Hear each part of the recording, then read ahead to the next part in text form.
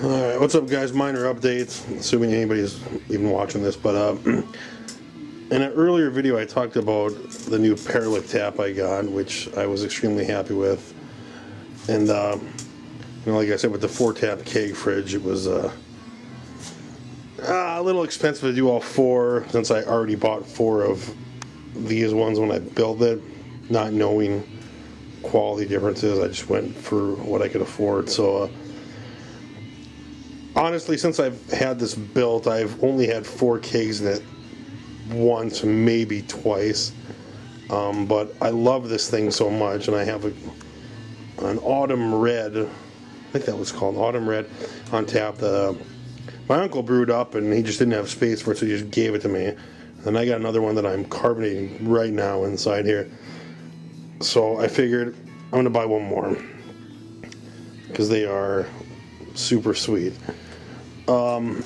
And honestly, it's probably a good thing I can't fit the other ones on here. I just had to buy them because, you know, that'd be getting pretty spendy. But like I said before, if you look with the way this is, I wouldn't be able to fit a Paralick where these two ones are because of the handle here. So I figured, I don't really have 4 on tap. I don't really have 3 on tap very often, but I figured if I get to the point where I have 3 or 4 on tap, I'll just have to deal with the taps or the faucets I don't care for. But so my primaries will be the nice one on the end, and then this one. So I just did that today.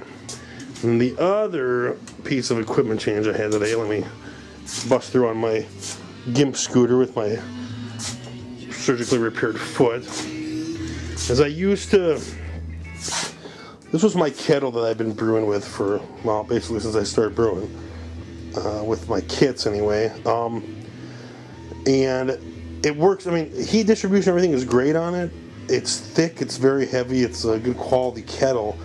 The only thing is I can get about, I mean, I can get 5 gallons in it, but it's pretty much almost right to the top. So by the time you put anything in it, I mean, if you're doing kits, by the time I put liquid malt extract or anything in it, I mean, it's at the top. I mean, and it's way too close, boil over issues. So I was kind of getting tired of dealing with that, but I could. But especially since I broke my foot, and I didn't, and especially with that, I would have to pour it. So once I was done chilling with the wort chiller, and it was time to go to the fermentation bucket, I'd have to you know, pick it up and pour it. Well, I haven't been able to brew for a while since I had my foot surgery, and I'm getting antsy, and I can kind of start doing a little bit of weight on my foot, so getting ready to brew. I don't want to have to dump that, so I said screw it. I want to be able to get a full boil, so I bought this. It's a 7.5 gallon stainless kettle. It did not come with the valve on it. I put that in myself, I drilled the hole and installed it myself, and then I, you know, leak tested it and all that. This way, you know, I can, with the crutches and stuff, I can drag it up and at least get the boil going and chill it, and instead of having to pick it up and dump it into a bucket, I can just throw the valve and then just you know, drain it into a bucket. So it'll help with the foot surgery thing, obviously, but it'll come in handy in the long run. This is what my uncle has, and it's just so much nicer than having to dump it. You can just throw the valve, drain her into the fermentation tank, and you're good to go. So that was my newest addition. It was actually relatively reasonable. I know you can buy, my uncle bought one. The one he bought was actually, I think it was a 10-gallon one, and it had the holes already drilled for the valve, and then it had a hole drilled just above it for a temperature probe. And I was gonna put a temperature probe in, but just money-wise, the actual temperature, the analog Blickman temperature gauge was like $75. So I figured I can put that in any time. I want to brew right now. I want to brew tomorrow. I still can't walk without crutches, so I'm like, I want to brew.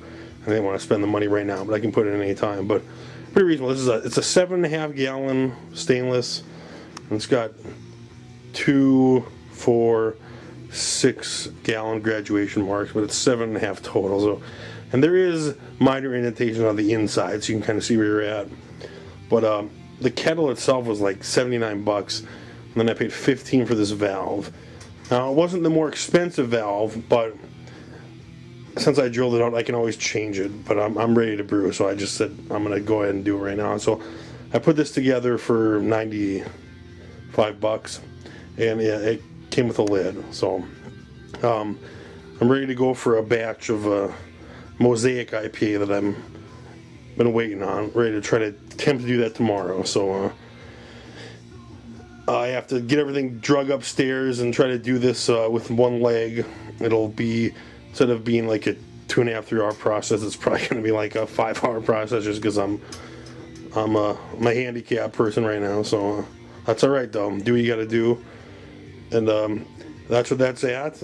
And soon enough, we will have the video of my strawberry honey wheat, which will be coming out shortly after this. So just thought I'd throw that out there and let everybody know you can build a reasonable brew kettle for a reasonable price. So you don't have to go. I would have loved to have gone with the Boilermaker from Blickman, which is $350, and you know, it has the valve, then it has the temperature gauge, and it also has a sight glass, which would be sweet. But I'm not ready to spend that money, although in time it will come. But this will work now. It'll make it easy for me now, and it'll make it easy in the long run. So that's that, and the other video will be up there shortly. So we'll all get together and have a nice day. Peace.